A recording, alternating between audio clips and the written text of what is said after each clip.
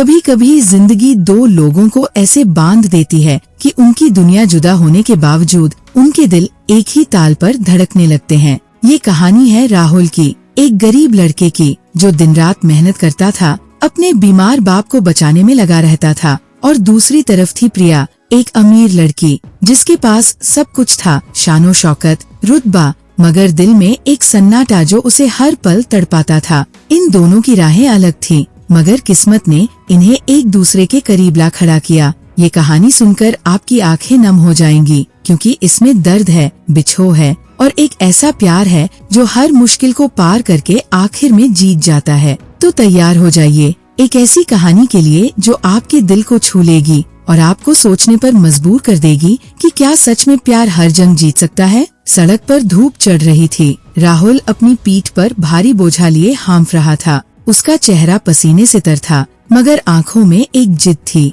वो अपने बीमार बाप के लिए दवा का इंतजाम करने की खातिर दिन भर मजदूरी करता था। उसी वक्त एक चमचमाती गाड़ी तेजी से आई और अचानक उसके सामने रुक गई। गाड़ी से प्रिया उतरी। उसके कपड़े महंगे थे, चेहरा खूबसूरत, मगर आंखों में एक बेचैनी। प्रिया ने राहुल को देखा और कहा, अरे देखकर नहीं चल सकते क्या? मेरे कपड़े खराब हो जाते तो? राहुल ने शांत स्वर में जवाब दिया, माफ कीजिए, मैं जल्दी में था। आप ठीक है ना? प्रिया ने उसकी सादगी देखी। उसकी मेहनत भरी आंखों में कुछ ऐसा था जो उसे रोक गया। उसने पूछा, इतनी गर्मी में इतना बोझ क्यों ढो रहे हो? राहुल ने हल्के से मुस्कुराकर कहा, मजबूरी है, बाबूजी बीमार हैं, उनके लिए कुछ करना है। प्रिया चुपचाप उसे देखती रही। उस दिन के बाद वो अक्सर राहुल को ढूंढने लगी। कभी ढाबे पर, कभी सड़क किनारे। दोनों की बातें शुरू हुई। राहुल उसे अपने टूटे फूटे घर की कहानी सुनाता और प्रिया उसे अपनी उस दुनिया की बातें बताती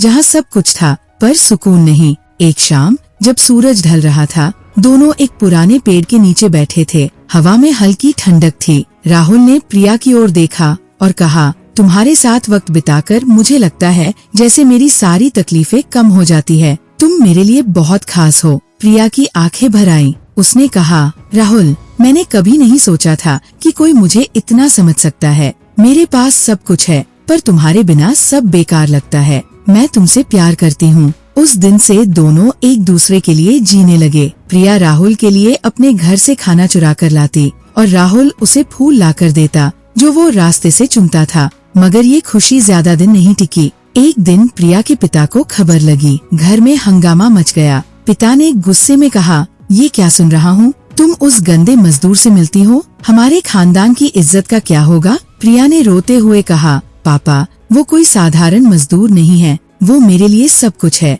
मैं उससे शादी करना चाहती हूँ। पिता ने ठंडी सांस ली और बोले, शादी? उस लड़के से? कल ही तुम्हारी सगाई तय कर रहा हूँ, उसे भूल जाओ। उधर राहुल अपने बाबूजी के पास बैठा था। बाबूजी की सांसें धीमी हो रही थी। राहुल ने उदास स्वर में कहा, बाबूजी, प्रिया की वजह से उसका घर उसे खो देना चाहता है। मैं उसे तकलीफ नहीं देना चाहता, पर उसे छोड़ भी नहीं सकता। बाबूजी ने कमजोर आवाज में कहा, बेटा, अगर प्यार सच्चा है तो उसे हर कीमत पर बचा ले। मैं तो अब ज्यादा दिन का मेहमान नहीं हूँ। फिर एक रात सब कुछ बदल गया। प्रिया को उसके पिता ने घर में कैद कर दिया। राहुल को उनके गुंडों ने पकड़ लिया। उसे सड़क पर पीटा गया। एक गुंडे ने कहा, उस लड़की से दूर रह, वरना अगली बार जिंदा नहीं छोड़ेंगे। राहुल खून से लथपथ जमीन पर पड़ा था। उसी रात उसके बाबूजी ने आखिरी सांस ली। राहुल चीखा, बाबूजी, मुझे अकेला मत छोड़ो, प्रिया भी मुझसे छिन रही है, अब मैं क्या करूं?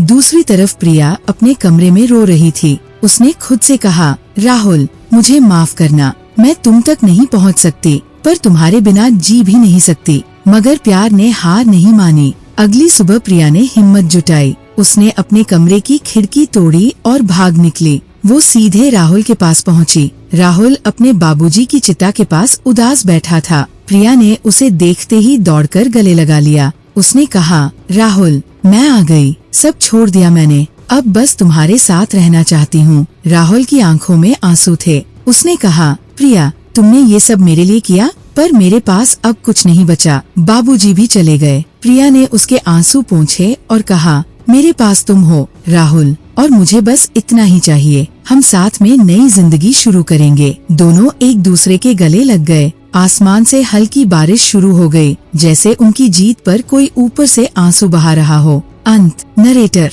राहुल और प्रिया ने अपने हिस्से का दुख सहा। राहुल ने अपने बाबूजी को खोया, प्रिया ने अपना घर छोड़ा, मगर इन सब के बावजूद उनका प्यार डगमगाया नहीं। वो एक दूसरे के सहारे खड़े रहे और आखिर में उनकी मोहब्बत ने हर मुश्किल को हरा दिया। ये कहानी बताती है कि प्यार वो ताकत है जो सबसे बड़े दर्द को भी जीत में बदल सकता है।